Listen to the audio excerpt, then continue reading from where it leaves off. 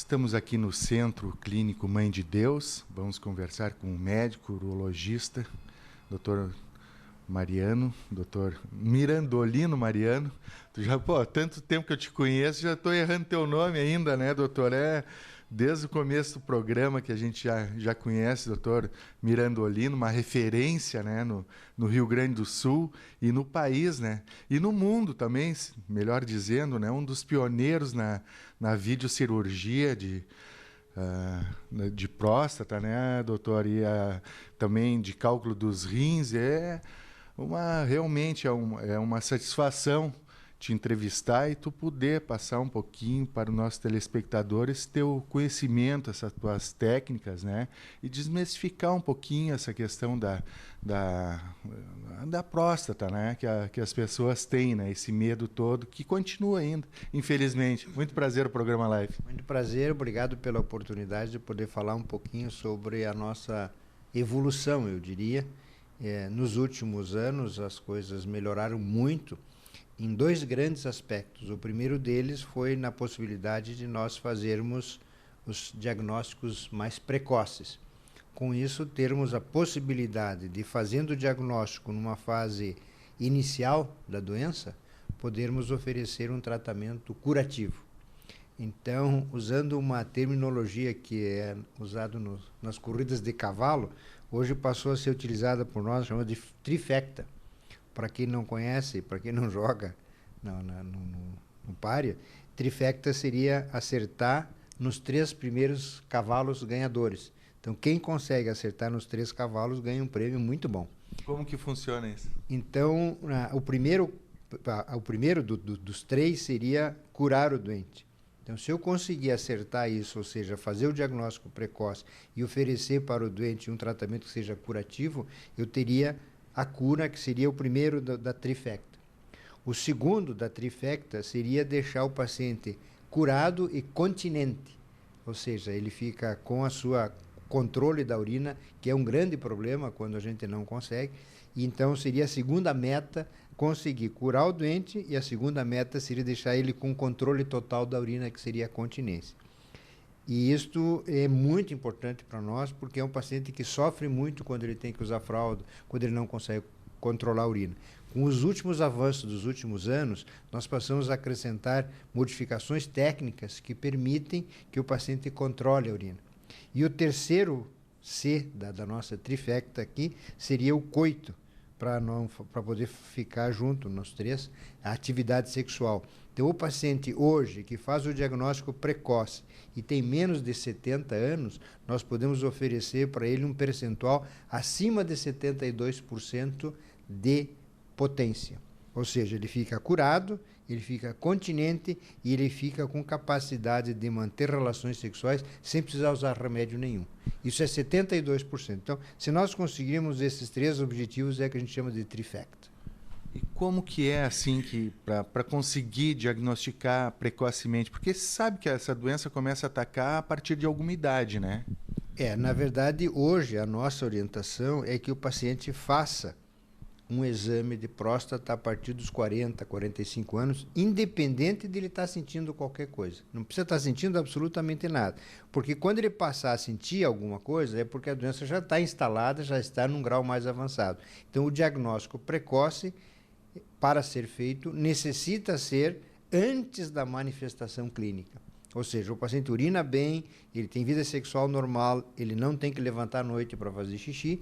Mesmo assim, se ele fizer o exame rotineiro, dentro do exame rotineiro nós temos o PSA, que é um exame de sangue, nós temos o exame de toque, e esses dois juntos nos dão uma margem de informações acima de 95%.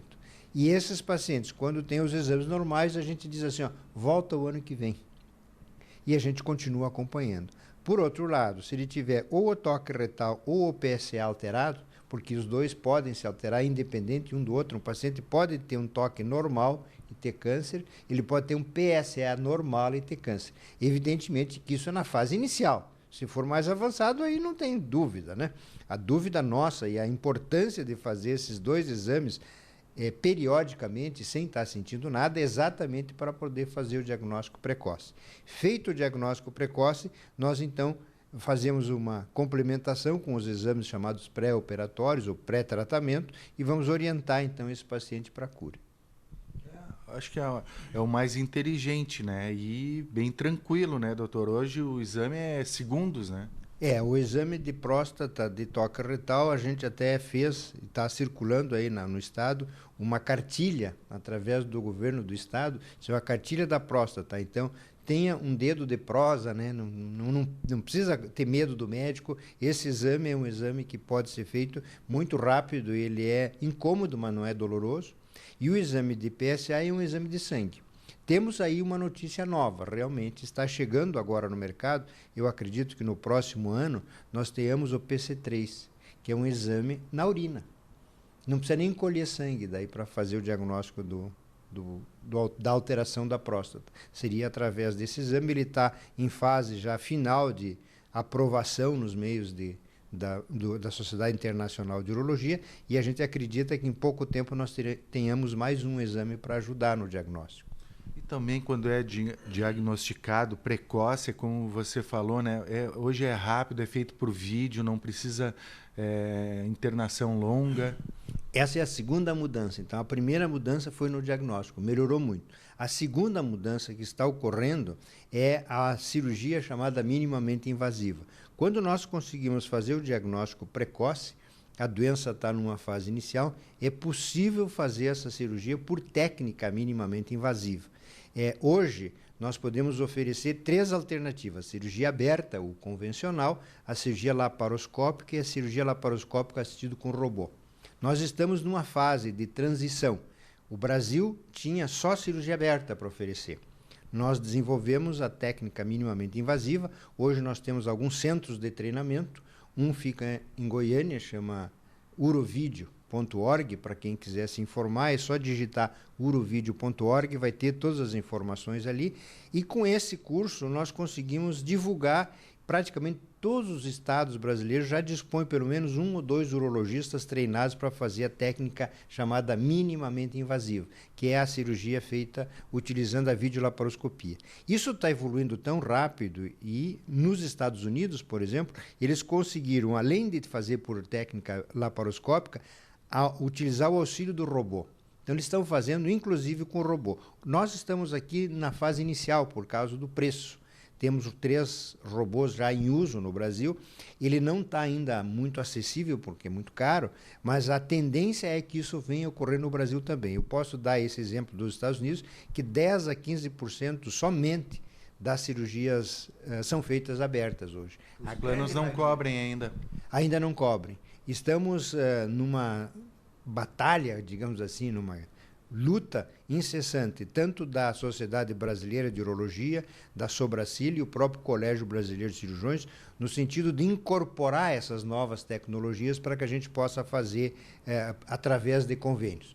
A cirurgia laparoscópica, por exemplo, aqui no Rio Grande do Sul, ela ainda não é reconhecida pelos convênios. Nós estamos fazendo por ordem judicial.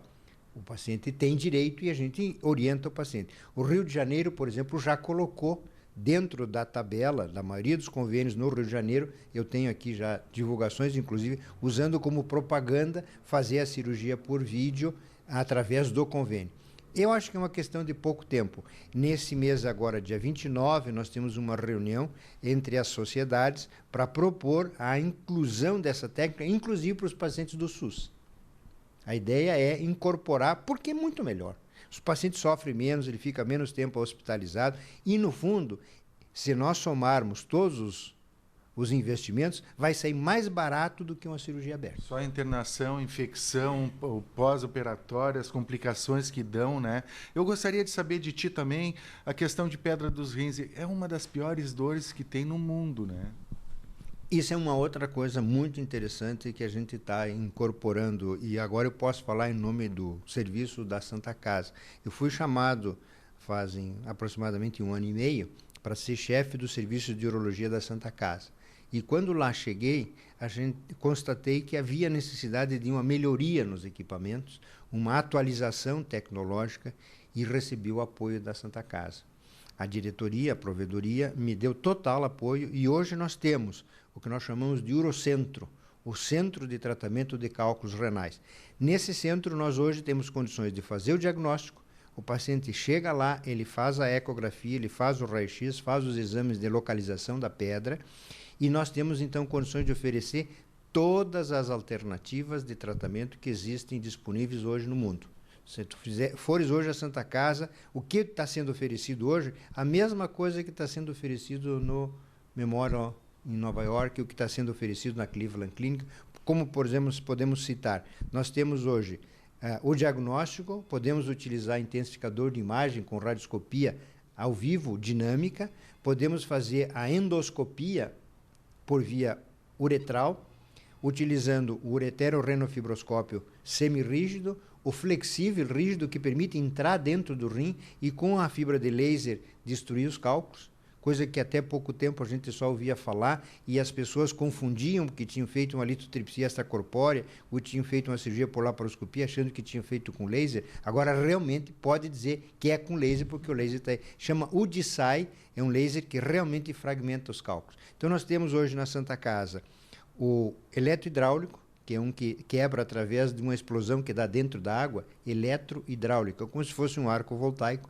e ele quebra o cálculo. Nós temos o ultrassônico, que através de vibrações ultrassônicas quebra o cálculo. Nós temos o mecânico, que nós chamamos de manual, e temos essa última aquisição, que é o UDSAI, que é um laser chamado específico para a fragmentação de cálculos. Então, há a possibilidade de resolver 95% dos casos através de técnicas minimamente invasivas. E ainda, para complementar, nós desenvolvemos alguns procedimentos com indicações mais restritas para aqueles cálculos muito complexos de associar a cirurgia laparoscópica com a endurologia, ou seja, nós usamos toda a tecnologia para não precisar abrir a barriga do doente. O Dr. Mirandolino, realmente é espantoso assim essa vontade que tu tem pela tecnologia. Desde que eu te conheço, tu batalha por isso, né? Em prol do paciente, né? Uma questão assim que o paciente vai melhorar, não tendo que abrir, não tendo que operar, menos complicações pós, né, doutor? A nossa ideia é, inclusive, que essas tecnologias não fiquem restritas nem aos grandes centros e nem aos pacientes que são ricos, mas que tem a possibilidade de ser desenvolvida e oferecida nos centros mais distantes e nos pacientes mais carentes financeiramente. Inclusive, conforme a gente comentou anteriormente, nós estamos fazendo um trabalho para colocar na tabela do SUS esse tipo de procedimento para que todas as pessoas tenham acesso. E com isso, então, nós estaríamos fazendo a nossa parte. Em relação a educação continuada, que é o terceiro item que a gente gosta muito de comentar, a nossa ideia não é só nós fazermos, mas passar esse conhecimento para que outras pessoas possam aprender, treinar e desenvolver. Então, nós chamamos de educação continuada, que pode ser feita na Santa Casa, em Porto Alegre, ou, eventualmente, em centros que a gente vai descentralizando, assim, levando esse conhecimento, como nós fizemos há 2 semanas atrás. Fomos ao Teresina, no Piauí, fazer curso de laparoscopia e de endurologia. E assim, como um dos exemplos, nós estamos desenvolvendo isso para todo o Brasil. Aí, programa Life, imenso prazer realmente falar contigo, essa pessoa, esse médico, né, que deixa aí um pouco aí do recado para todos. Muito obrigado, viu, doutor? Eu que agradeço a oportunidade.